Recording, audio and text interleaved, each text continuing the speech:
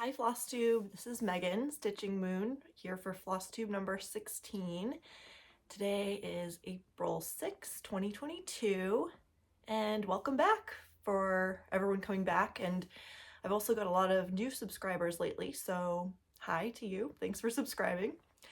And I got quite a bit to talk about today. I have my whips I'll do first, some haul, some updates about patterns I've been making.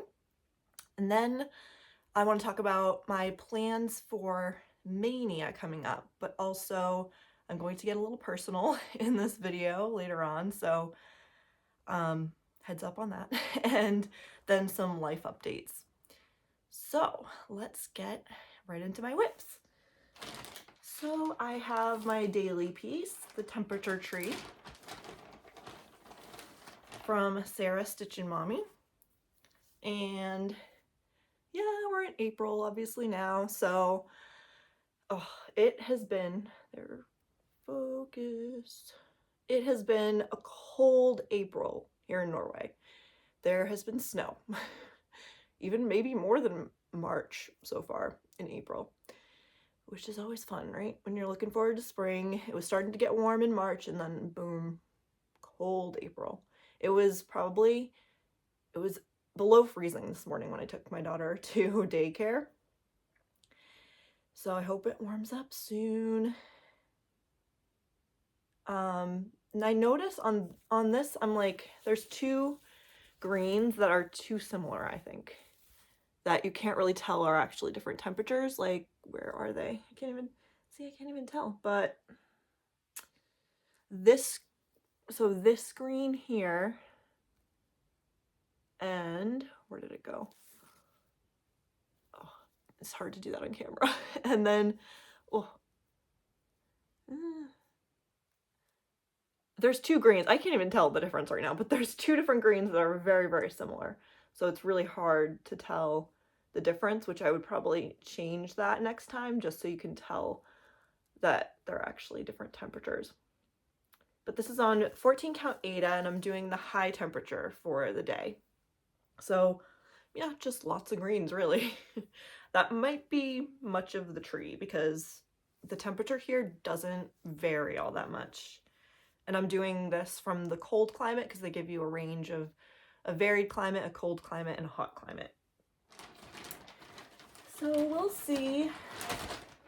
Might be kind of a boring tree. But then my focus piece, which has been together, my first Heaven and Earth design. And I was originally going to do this just for a focus in January, February, and March. But because April is a super busy month, I'm not actually going to be able to stitch a lot on full coverage because we're going to be traveling so much that I was like, well, I'll just keep this as a focus for this month where I can. So that's still going to be my focus. And here we are. You know what? I'm going to show you what it's going to look like first, even though you already just saw what it is. I always forget to do that. Okay. It's called Together, artwork by Jim Warren. And I know my camera was doing something funky in the last video, so I really hope it's okay now. All right, so here's where I'm at. This is on 25 count easy guide. I think, is it Lugana? I don't quite know. But 1/1 full cross. And since the last time, which was about 2 weeks ago, I've done 2,220 stitches, and it's at 23,997 total, and I'm at 7.74%. Yeah, so it's a big one. I think it is 310,000 stitches in total. So still working on that tree. But I am getting into more lighter colors down here. I finally got some new colors coming in this diagonal, so that was exciting. But there's not too much confetti in here, which makes it nice and go kind of quickly. Even though it doesn't feel like it sometimes. So yeah, then we have 100 Owls. I'll show you what it looks like. It's a free pattern from Owl Forest Embroidery, which I'm sure you've seen plenty of times. And I'm doing it on limestone, 32 count limestone. Of course, I forget the name of the fabric, but it's one of the called for ones, and I got the kit, so I'm using the over-dyed floss that they make. So I only worked on this, I think, one day since the last time. So I'm still not at an owl, but I did finish the wreath that's going to be surrounding an owl. And really, next time I should have an owl in there, or start an owl at least. So yeah, I'll try and hold it close so you can try and kind of see the variegation a little bit. It doesn't show up quite as much on camera, but yeah.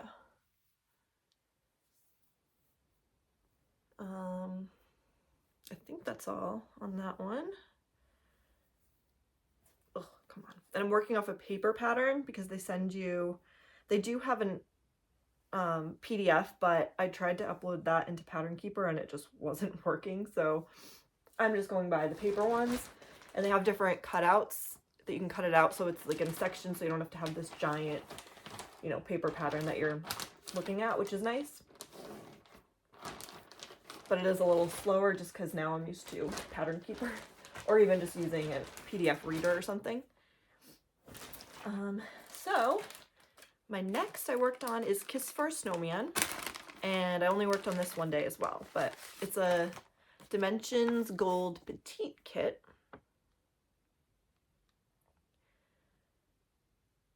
And that's my first Dimensions Gold, and this is also being done by Elissa Crafting in Colorado and someone else as a stitch along that we're doing on Instagram. I don't think there's been many updates so far, but yeah, if you have this or want to work on this pattern, feel free to use the hashtag KissForSnowman22, I believe.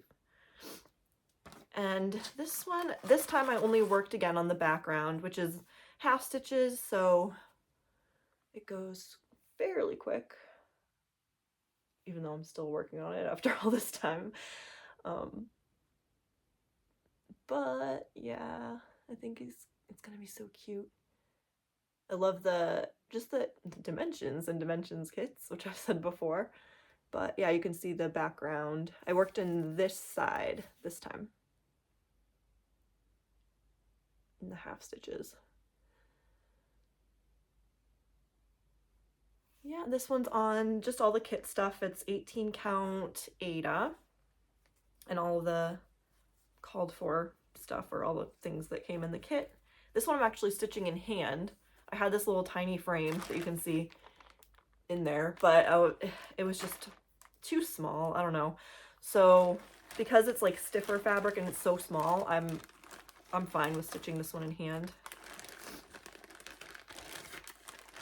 Ugh. It barely fits in here when it's rolled. Yeah, so next I worked on my other full coverage, which is Children on the Beach. And I did this a few times. Let me show you what it looks like. And for those of you, you know, just new to my channel, this one I'm doing because it's a painting that we had hanging up in our dining room growing up, and that little girl in the front looked like me as a baby, and now looks like my daughter, or did a few months ago. Now she's a little older, she's 2. And I'm doing, so this was my first full coverage I actually ever started. And since the last time I did 784 stitches, and there's 10,000, let's see, 10,274 total, and 9.26%. Oops. So there's like half the stitches in this as my together piece, but it's further along in percent because it's like a third of that one. And this is on 18 count Aida, 2/1 full cross. And I had to move the Q-snap when I was working on this last because it's only like 2 inches, I think, for the border. So the Q-snap, it gets really loose because you can't really get a good grip on it when it's all the way over so you can stitch here. So I actually have some stitches here empty that once I move the Q-snap again, I'll just have to go back and probably just do those by hand because it's too close to the edge right now to do. But now the tension is much better. So yeah, I'm working up in the sky now, going down, and once I get to that water section, I think I'll have part of a boat, just something new, so that's exciting. And this one goes really slow because I really like doing the 1/1 on my 25 count, and now this I'm using 2 and doing the loop start, and it just, I don't know, it just goes slower, I feel like. And I'm not as big a fan of the 18 count for full coverage, I think. But it was my first one, so yeah, just kind of experimenting. So now I know. So yeah, I think that's all about that one. And I forgot to show you before I worked on that. On the 25th, I worked on my Christmas tablecloth. And for those of you new again, this giant thing was something that my husband's great-grandmother started back in 20 years ago. And then she was, I think, 93 when she started it, and then she passed away. And his grandmother gave it to me to work on because she knew I cross-stitched. So it's a very different thing than anything I've ever worked on. It uses like a full strand of yarn to do the stitches. And I pull it out every 25th to work on. Oops, okay. So I didn't actually get that much done the one day I worked on it because I think that day I was just so into making patterns that I didn't get much done. But what did I do? I did just basically, these are like the woman's feet and shoes that are going to be feeding the deer. But I only really worked on like this, I think. So, and maybe, oh, some of the snow down here. So not too much progress, but yep. We'll see how far I get by Christmas, but not planning on finishing it really anytime soon because I'm gonna have to repeat this whole design on the other end of the tablecloth. And I don't have a picture of what it'll look like because it only came with the pattern picture. But yeah, it's gonna be this lady feeding 2 deer. There's gonna be another deer behind here. And then there's also like another little flowery border thing coming up here. But luckily she had done all of this border all the way around. And then a couple of on the edges. Can't even find the edges. This thing is so big.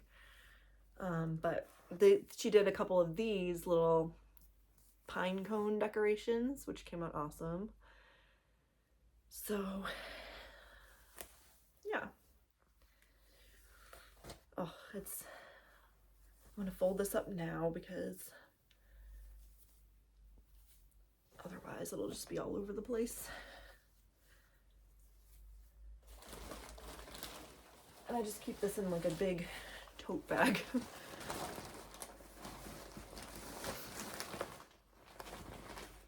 All right. So next was my Halloween piece that I work on the 13th and 31st of the month, Halloween Quaker.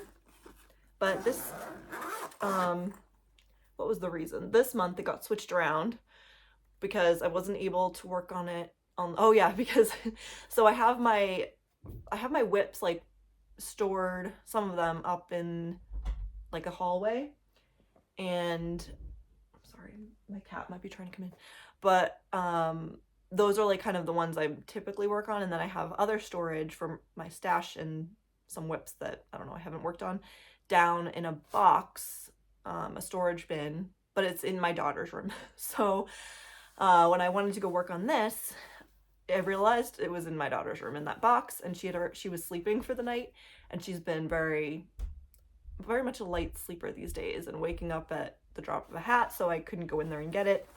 So I had to do my new moon, new start on the 31st because the new moon was on April 1st, and then this one on April 1st. So I just kind of switched them around. But anyway, I'll show you what this looks like. I'm sure you know, but Halloween Quaker from Lila Studio, and you can get the PDF on Etsy. I'm doing it on 32 count, 2/1. This is a Zweigart linen, but it just had a number and not a name. So just one day on this. Now it has, or since last time, or this one day, I only got 307 stitches in it. There's 10,253 total and 56.97%. So what I did was, okay, down in here is I did this cat, I did the W, I did this bat, and then started what's going to be a crow here.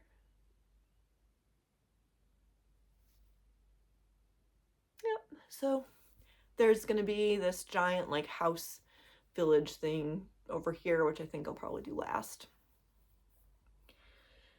But yeah, Halloween Quaker, there's such cute little motifs in here that are fun to kind of discover as you stitch it. And then finally,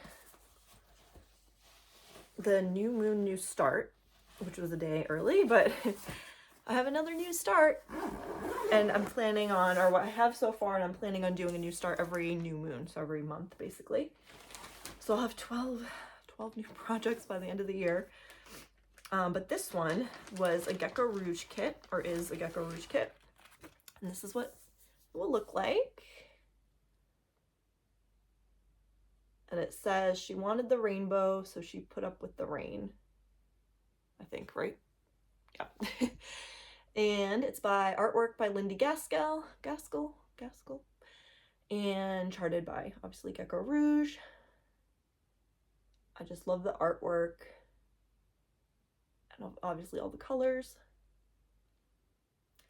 And so this one, I have the PDF pattern, and I put it into Pattern Keeper, but it really was a pain to do that because on these kits, they don't tell you the number of DMC, they just number everything, like they code it their own way, so they number it 1 through whatever, how many colors there are, so they don't really tell you, like this is how, it's very messy right now, but basically they number it with the symbols, like just 1 through however many colors there are, and then you can like, but I don't really like how it's set up, like you have to flip through it like a book, but it gets all like, it's hard to flip and it gets all like kind of messy and tangled, but I'm honestly too lazy to change it. And I noticed when you pull out a thread from one of these, it's like pretty tight, so it gets all, you know, when you curl a ribbon, like it gets all squiggly and more knots happen, so it's not the best system really. But anyway, when I put it into Pattern Keeper, you had to put in all the numbers by hand yourself, and there's quite a bit of colors in this. There's, well, it says on here there are 70 colors, so I had to input 70 colors, but I couldn't input the DMC, so it doesn't show the mock-up. I just had to do the numbers on here and then refer back to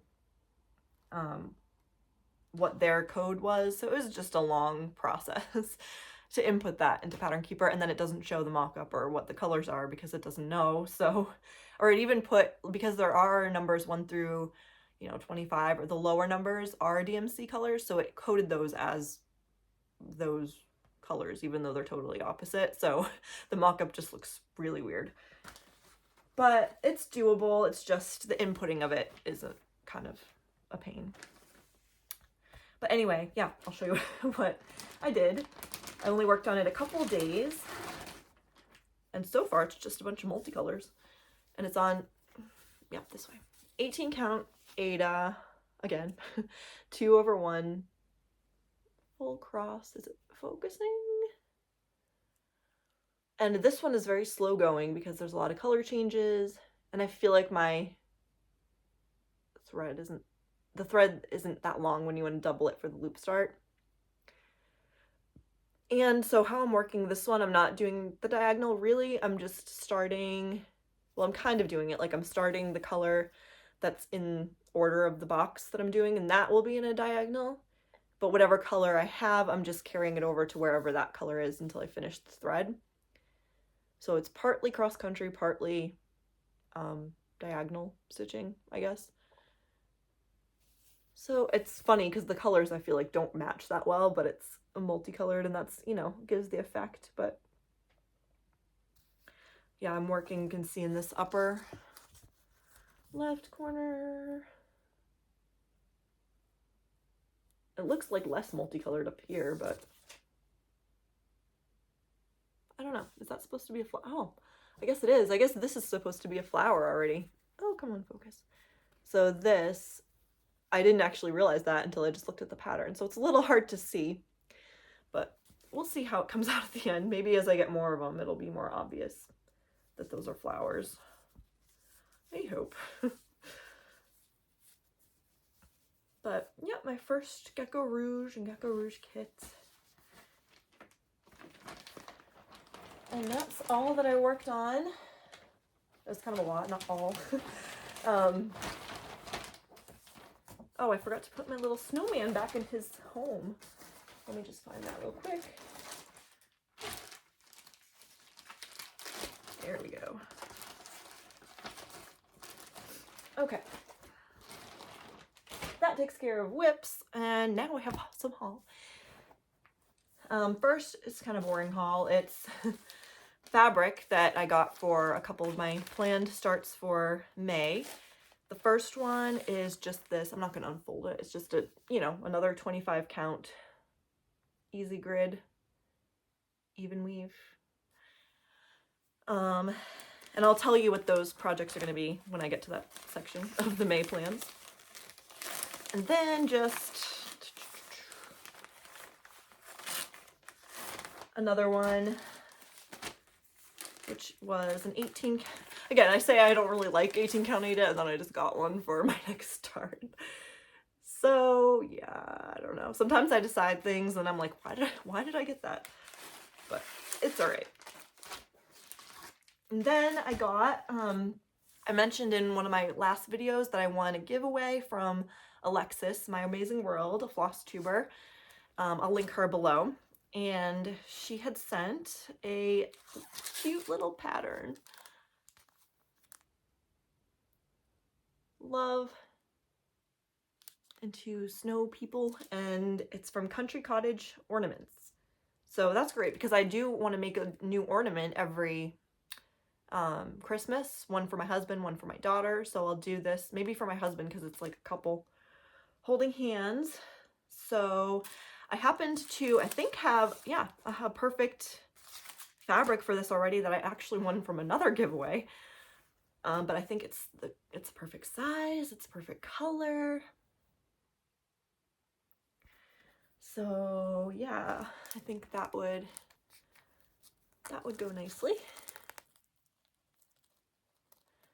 And I did have flosses that I won from the giveaway with the fabric. And this was from Vani at Thread the Needle. And they're these variegated flosses, and they do go really well with the fabric. So I'm hoping I can use a little bit of them in the pattern, maybe swap out some colors, because there are some, like the hat I could do, well, I don't really know what else, but the hat, maybe her bow, maybe the buttons I could do, but it's not really going to show much variegation. But we'll see. I can use the flosses for something else, I guess. So thank you, Alexis. That was a really nice little gift in the mail. And I'm just keeping it in this little, this is what some floss came in when I ordered from Lovecrafts. They, you know, they just put the floss in here. So I think it makes a nice little project bag, kind of. I'll keep this over here. Okay, last haul was for a kit that I got. In Norway we have this website finn.no that has everything, you know, for sale on it. Not just goods, but also like real estate and jobs and a whole bunch of stuff. But I'd signed up for a notice to get notified whenever someone posts like cross stitch related things. So that's nice to check. It's like a little fun thing to check on my email every day. And sometimes you find some really nice stuff. And this time someone was selling 3 Dimensions Gold collection kits. And they were up for a very pricey amount because it's Norway. And I ended up negotiating to basically what it would cost in the US, but that's a big discount for Norway, including shipping. So I'm happy with that. And it's one I've liked for a while, and I know it's pretty popular, that you've probably seen this a lot, and you can still get it. It's called A Treasured Time. And it's just opened on the side here, but everything's included in there. Nothing's taken out. So yeah, happy about that. I think, I love collecting kits now. I'm gonna be a kit hoarder, I think. And at some point I'll have to probably do a kit parade video, because yeah, my collection is growing quickly. So yep, that was my haul. So next, I want to just talk about update on my patterns that I've been making. And in my last video, I showed some examples of things that I've been working on, and I want to open an Etsy shop and yeah, just kind of post it in there. It's so fun for me. I love the creating process where first I take a photo and then edit it and usually put some artsy effects in it and then yeah, make the pattern from that. And it's just been so fun. I have so many that I want to do over time. I just have to be patient. And I think that I actually have 5 patterns ready to go and in different forms, like formats. So some max color when it made sense and actually looked better in max color versus the regular amount color. Some are in different sizes that you can choose. So kind of a variety, and 5 different images so far. So I think I want to open that at the end of April because again, this month is just crazy with travel and just busyness. So once that settles down, I think is when I'm going to open it. So I hope to do another video at the end of April and kind of announce that and show you what the patterns are. So yeah, I'm excited. So keep an eye out for that. Yeah, it's funny, like, if you watch Stitchman Darcy, he also recently opened an Etsy shop and put out his pattern. So yeah, I feel like there's a lot of us Flosstubers and just stitchers in general who have their own ideas and are really creative. So it's cool to kind of put that out there and add to, yeah, all the options out there for cross stitching. So let's see. And mine are going to be full coverage. Maybe eventually I might do other things, but for now they're full coverage. So if you like full coverage, yay. Yeah, so now I want to talk a little bit about May plans. And again, I mentioned like getting a little personal, so if you're just here for seeing the whips and stuff, then that's fine. But I am going to talk about my plans for May and what I want to start there. So yeah, so let's get into it. I wasn't sure if I was going to talk about this, but I watched actually yesterday Allie, the show and tell stitcher, who talked about in her video just kind of opening up about mental health and her personal experience. And then I was like, okay, yeah, no, I should talk about this too. So yeah, because I think it's important to talk about these things because there's a very big stigma around mental health. And you know, why should there be? We should be open to talk about stuff like that more openly without fear of kind of having a bias or fear of what people might think or say. So I think talking about it is the best way to help like reduce that and minimize that. So because I'm talking about this now is because in May, you know, we do Stitch Mania a lot, and mania is also linked with bipolar disorder, where you can have the ups. Some people experience full-blown mania, others experience a lesser state of that called hypomania, and then also the other side of that, the lower side.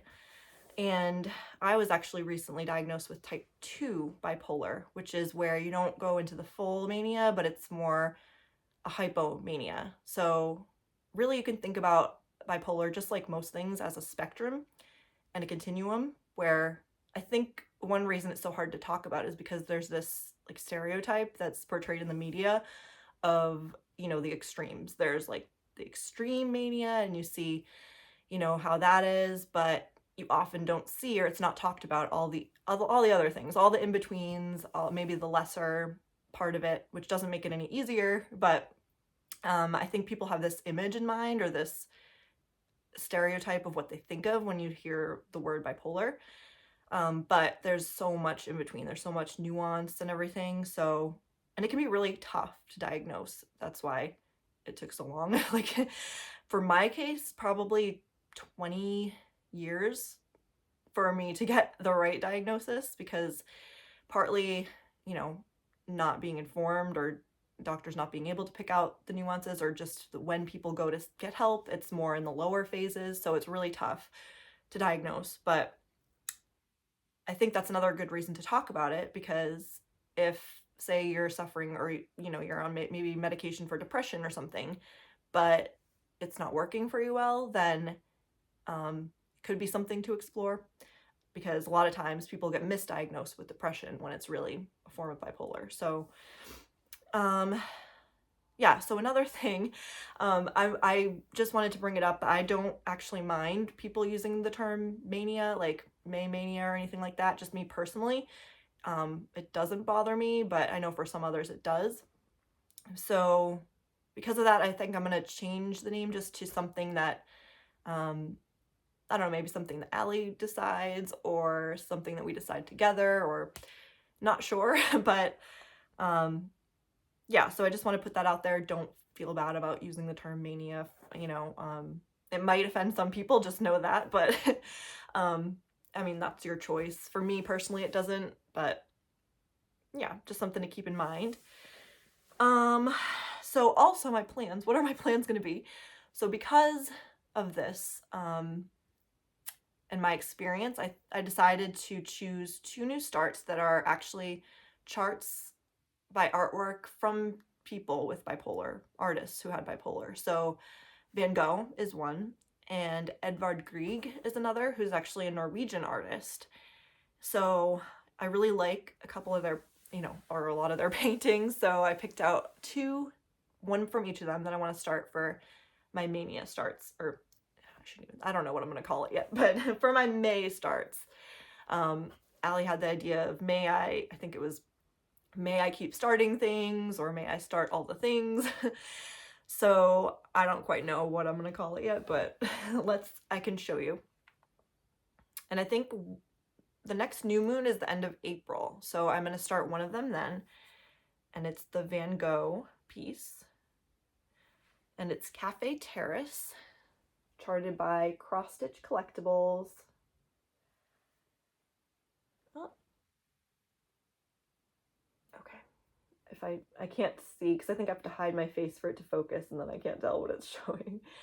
But that is going to be one. This is cool. This restaurant actually reminds me exactly of a place that my husband and I went to on our honeymoon in Italy.